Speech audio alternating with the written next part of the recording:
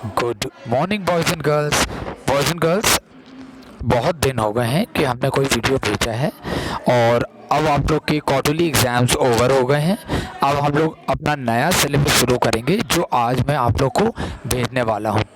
तो आज हम नए सिलेबस का एक नया चैप्टर शुरू करेंगे और उस चैप्टर का नाम है अ लिटिल गर्ल। ठीक है ना? तो चलिए हम सीधे अपने चैप्टर पे जाएंगे विदाउट वेस्टिंग एनी टाइम। तो जैसे कि आप लोग देख सकते हैं, हमारा चैप्टर है चैप्टर नंबर 3 जो ठीक हमारे सामने है आपके मोबाइल स्क्रीन पे। We are going to read. हम ये रीड करेंगे। बिफोर यू रीड, आप रीड करने से पहले, लेसन रीड करने से पहले हमें क्या चीज़ का ध्यान देना है। Do you feel you know your parents better now than when you were much younger? तो यहाँ पर ये पूछ रहे हैं, जो पहला पॉइंट है उसमें ये बोल रहे हैं कि क्या आप अभी इस उम्र में आप अपने पेरेंट्स को अच्छी तरह समझ पा रहे हो? जब आप छोटे थे उससे बेहतर तरीके से अब आप समझ पा रहे हो। Perhaps you now understand the reasons for some of the actions that used to upset you earlier. तो आज जब आप काफ़ी हद तक बड़े हो गए हो और 9th क्लास में हो, तो आज आपको ये चीज़ पता चल रहा होगा कि जो आपके पेरेंट्स थे वो उस समय जब आप और भी छोटे थे, आज से छोटी क्लास में थे, तो उनके कई ऐसे एक्शन होते थे, उनके कई ऐसे एटीट्यूड या बिहेवियर, बर्ताव आपकी तरफ होता था जो जिससे आप बहुत इरिटेट होते थे, जो आपको बिल्कुल पसंद नहीं था, आप अपसेट हो जाते थे। तो यहाँ पर वो आपको कुछ चीज़ें फ्लैशबैक में जाके आज से कुछ साल पहले आप लौट के जाओ और आप याद करो कि आपकी मम्मी आपको डांटती थी, कभी आपको पिटाई भी पड़ी होगी, कुछ चीज़ों के लिए आपको मना किया होगा हमेशा। तो वो चीज़ें क्यों होती थी? तो वो चीज़ बहुत ज़रूरी है उस पर हमें रिफ़्लेक्ट करने के लिए, और ख़ास करके ये जो चैप्टर है इसमें यही बताया जाएगा। सेकेंड पॉइंट आपके मोबाइल स्क्रीन पे आप देख सकते हो, उसमें बता रहे हैं this story is about a little girl whose feelings for her father change from fear to understanding while will probably find an echo in your home. तो वो यहाँ पर ये कहना चाह रहे हैं, जो सेकंड पॉइंट है उसमें ये बताना चाह रहे हैं कि इस स्टोरी में एक छोटी सी लड़की है जिसके अपने पापा के प्रति जो उसका नज़रिया है, उसके सोचने का तरीका है, वो किस प्रकार से डर से एक अंडरस्टैंडिंग में बदल जाता है। पहले वो अपने पापा से डरा करती थी बहुत ज़्यादा, फिर ऑटोमेटिकली कुछ समय के बाद, कुछ ऐसे इंसिडेंट होने के बाद वो अपने पिताजी को समझने लगी। तो ऐसे कई बच्चों के साथ होता है। ठीक है ना? अब हम यहाँ पर देखेंगे, अब हम सीधे चैप्टर पे आ जाते हैं और यहाँ पर एक मीनिंग दिया, a figure to be feared. Figure मतलब एक ऐसा फिगर, एक ऐसा व्यक्तित्व, एक ऐसा व्यक्ति जिससे आप डरते हो। ठीक है ना? तो यहाँ पर उस चीज़ के बारे में बताया गया है, वर्णन किया गया है। तो अब हम आगे देखेंगे किस चीज़ के बारे में बात करेंगे। आप सीधे चैप्टर पे फर्स्ट पैराग्राफ आपके मोबाइल स्क्रीन पे। To the little girl he was a figure to be feared and avoided. Every morning before going to work, he came into her room and gave her a casual kiss, to which she responded with "Goodbye, father." And oh, there was a glad sense of relief when she heard the noise of the carriage growing fainter and fainter down the long road. अब इस छोटे से paragraph में ये बता रहे हैं कि जो लड़की है वो कह रही है उसके जो पापा हैं वो एक ऐसे फिगर हैं, ऐसे व्यक्तित्व हैं जिनसे वो डरती थी और वो उनके आसपास जाना अवॉइड करती थी, उनसे दूर रहना ही बेहतर समझती थी। जबकि आपने देखा होगा जो लड़कियां होती हैं पापा उनके काफ़ी क्लोज़ होते हैं और जो लड़के होते हैं मम्मी उनके काफ़ी क्लोज़ होती हैं। ये अक्सर देखा गया है। मगर यहाँ पर कुछ उल्टा ही कहानी है कि एक लड़की है वो अपने पिता से डरती है और उनके आसपास जाने से वो अवॉइड करती है। एवरी मॉर्निंग, हर सुबह उसके पापा ड्यूटी जाने के पहले उसके कमरे में आते थे और वो उसको किस करा करते थे। एक पिता अपनी बेटी के प्रति जो प्यार है उसको दर्शा रहे हैं और वो लड़की उसके एवज में कहती थी गुड बाय पापा। है ना। और यहाँ पर वो क्या बता रहे हैं कि इसके तुरंत बाद वो लड़की बड़ी रिलीफ महसूस करती थी, उसे बड़ा सुकून मिलता था जब उनके पापा की जो गैरेज गाड़ी थी, आजकल तो बाइक है, कार है, मगर उस समय पे घोड़ा गाड़ी हुआ करती, तो घोड़ा गाड़ी से उसके पापा जब जाते थे तो उस घोड़े गाड़ी की आवाज़ जो होती थी वो फेंटर एंड फेंटर का मतलब होता है कम कम होते जाना।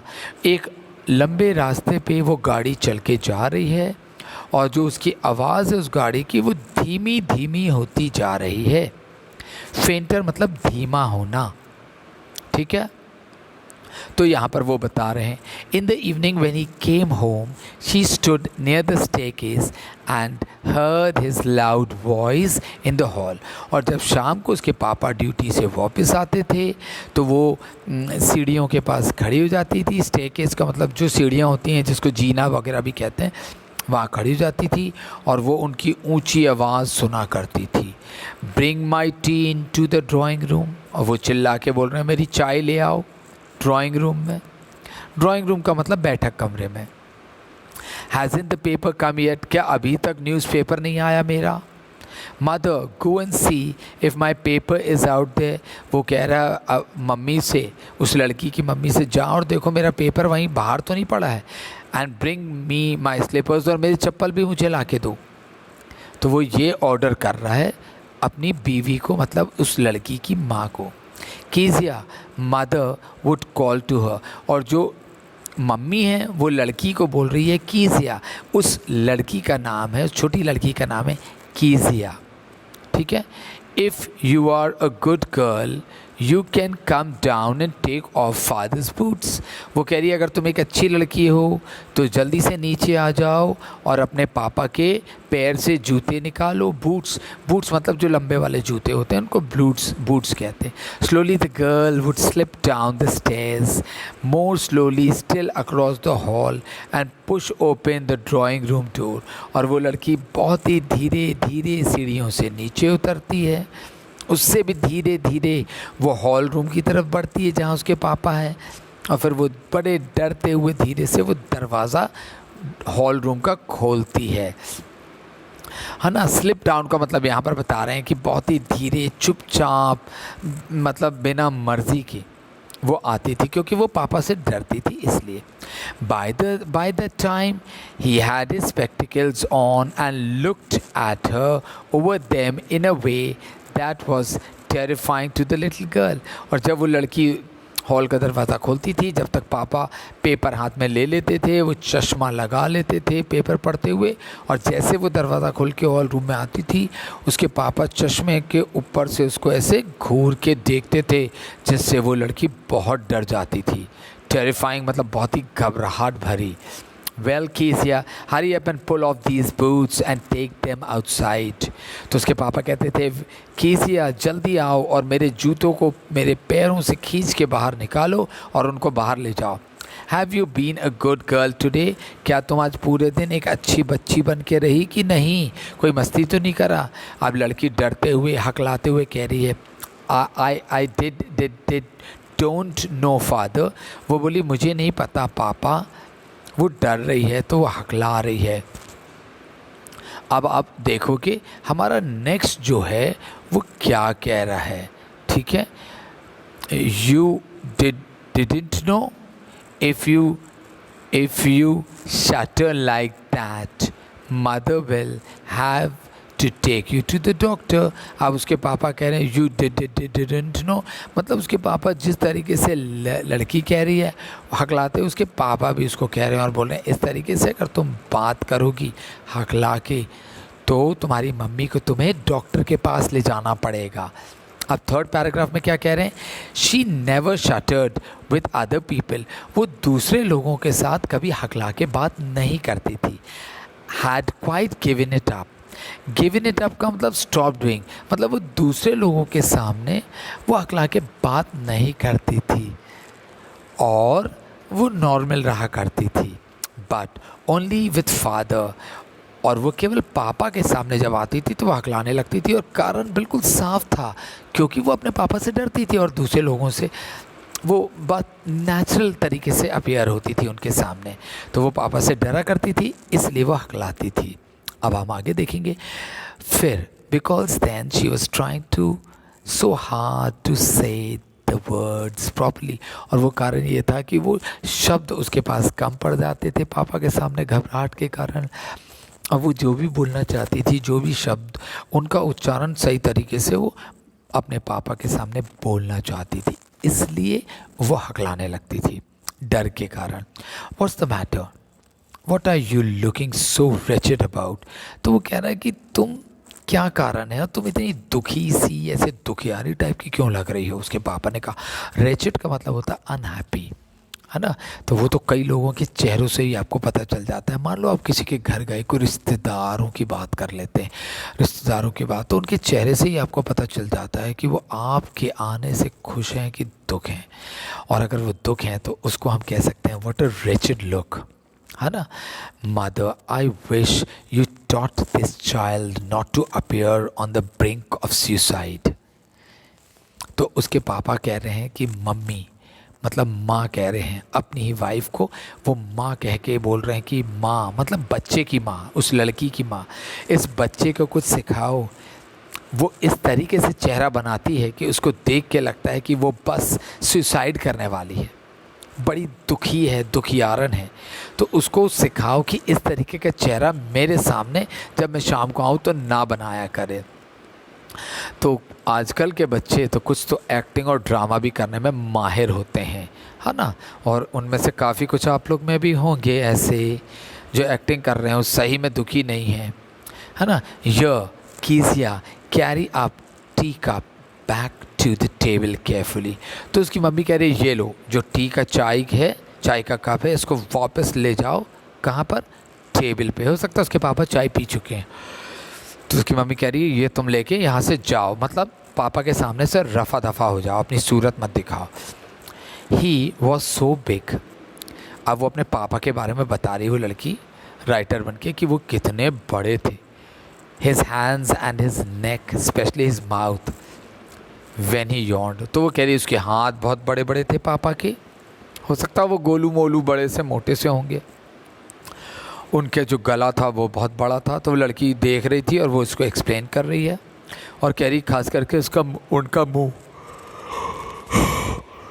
जब वो यॉर्निंग कर रहे थे, yawning, thinking about him alone was like thinking about a giant. और उनके बारे में सोचना इस प्रकार था जैसे वो किसी दानव के बारे में बात कर रहे हों। Okay dear students, so will continue. अभी हमने 3 पैराग्राफ कर लिया था, अब हम आगे देखेंगे। आप अपने मोबाइल स्क्रीन पे देख सकते हैं। और यहाँ पर है ऑन संडे आफ्टरनून्स। मैं इसको थोड़ा सा बड़ा कर दे रहा हूँ ताकि आप लोग को थोड़ा सा क्लियर दिखाई दे, ठीक है। हम 4th वाले पैराग्राफ में हैं। सो आप देख सकते हैं, on Sunday afternoons grandmother sent her down to the drawing room to have a nice talk with father and mother. तो जो उसकी दादी माँ थी वो संडे के दिन कीजिया, जो लड़की थी छोटी, उसको अपनी मम्मी पापा के पास भेजती थी कि जाओ उनके साथ बैठो, बातचीत करो, आज छुट्टी का दिन है ना, वीकेंड है। तो वो लड़की अपनी मम्मी पापा के पास आती है। But the little girl always found mother reading and father stretch out on the sofa. अब आप यहाँ पिक्चर में देख सकते हो कि जो यहाँ लिखा है वही चीज़ हम अभी पढ़ रहे हैं।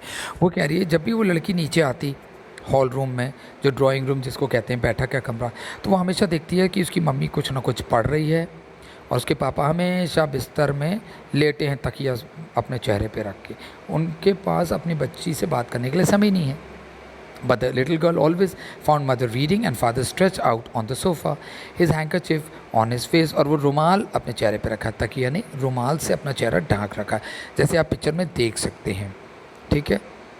Now his feet on one of the best cushions sleeping soundly and snoring। और उनका जो पैर है वो एक अच्छी सी तकिया पे रखा है, कोजी सी, और वो घुर्राटे लेके आराम से सो रहे हैं, ठीक है।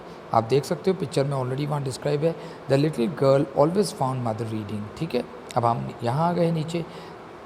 She sat on a stool gravely watched him until he woke and stretched। तो वो वहाँ चुपचाप बैठी है और पापा सो रहे हैं और वो उनके पापा को घूर घूर के देख रही है लगातार, जब तक वो उठ नहीं जाते। एंड आस्क द टाइम, और वो उठ के सबसे पहले पूछते कितना बज गया, क्या टाइम हो गया। देन लुक्ड एट हर, फिर वो अपनी बेटी की तरफ देखते हैं। डोंट स्टेयर सो कीजिए, और वो कहते हैं अपनी बेटी को ऐसे घूर के मत देखो मेरे को। You look like a little brown owl, और वो कह रहे हैं तुम एक छोटी सी भूरे ब्राउन कलर की, है ना, कत्थई कलर की एक उल्लू के बच्चे के जैसे दिख रही हो, है ना। वो मतलब एक उल्लू के बच्चे से अपनी बेटी को कंपेयर करें, क्योंकि जिस तरीके से वो घूर के देख रही है उनको महसूस हो रहा है कि वो वैसे देख रही है जैसे एक उल्लू जो पक्षी होता है उसके जैसे देख रही है। One day when she was kept indoors with a cold, और अब यहाँ पर सीन बदलता है कि वो बता रहे हैं आगे कि एक बार जब उसको सर्दी हो जाती है, विद अ कोल्ड मतलब सर्दी हो जाना, सर्दी होने की वजह से वो घर के अंदर थी, वो बिल्कुल बाहर नहीं निकल रही थी। Her grandmother told her that father's birthday was next week, तो उसकी दादी माँ ने उसको बोला कि उनके जो पापा है, उस लड़की के जो पापा हैं जिससे वो बहुत डरती है, उनका जन्मदिन आने वाला है और वो अगले हफ्ते है ना, in the coming week, and suggested she should make him a pin cushion for a gift out of a beautiful piece of yellow silk, और उन्होंने कहा कि तुम उनके लिए एक पिन कुशन बनाओ, खूबसूरत सा पिन कुशन बनाओ और उनको गिफ्ट के तौर पे देना। और ये बोल के, और येलो कलर का जो सिल्क का कपड़ा है दादी माँ ने उसको दिया और बोला इससे तुम उनके लिए खूब सुंदर सा कुशन बनाओ, पिन कुशन। अब आगे देखते हैं, कुशन मतलब एक छोटी सी तकिया। तो आज हम यहीं तक करेंगे, चैप्टर पैराग्राफ नंबर 4 तक। अगली बार जब हम अगला वीडियो आप लोग को भेजेंगे बहुत ही जल्दी, इन केस मेरे वीडियोस अब आपको जल्दी लगातार आएंगे, क्योंकि हमें बहुत सारा कोर्स कंप्लीट करना है इंग्लिश में, और फिर ग्रामर भी कवर अप करना है ना, और हमारे पास 2 बुक्स हैं, तो इसलिए अब आपको लगातार ये वीडियोस आते रहेंगे। और मैं चाहूँगा सारे बच्चे वीडियो को सुने, और बीच बीच में मैं क्वेश्चन आंसर भी भेज दूँगा, तो आप मुझे रिमाइंड करते रहेंगे। तो आज हो सकता है कि अगले वीडियो के तुरंत बाद मैं आपको क्वेश्चन आंसर्स भेज दूं, जो क्वेश्चन आंसर्स मैं आज ही चेक करके रख लूँगा। तो आज के लिए हम इतना ही पढ़ेंगे। पैराग्राफ नंबर 5 हम अपने अगले वीडियो में शुरू करेंगे। Thank you very much, take care. आप सब अपने घर के अंदर ही रहोगे, बाहर बेवजह नहीं निकलोगे, और अपने आप को सेफ रखेंगे। And help your parents, help yourself, all of you study very well, be serious and don't forget to make notes. Help one another also. अगर आपको कोई भी प्रॉब्लम होगी आप मुझे कॉल बिल्कुल नहीं करेंगे, मैं क्योंकि कोई भी कॉल अटेंड नहीं करता हूँ। आप केवल अपने मैसेज मुझे सेंड करेंगे, और जैसे मुझे वक्त मिलेगा मैं आप लोग के सवालों के जवाब तुरंत दे दूँगा। Thank you very much for listening and sparing your precious time with me. Take care for and bye bye for now.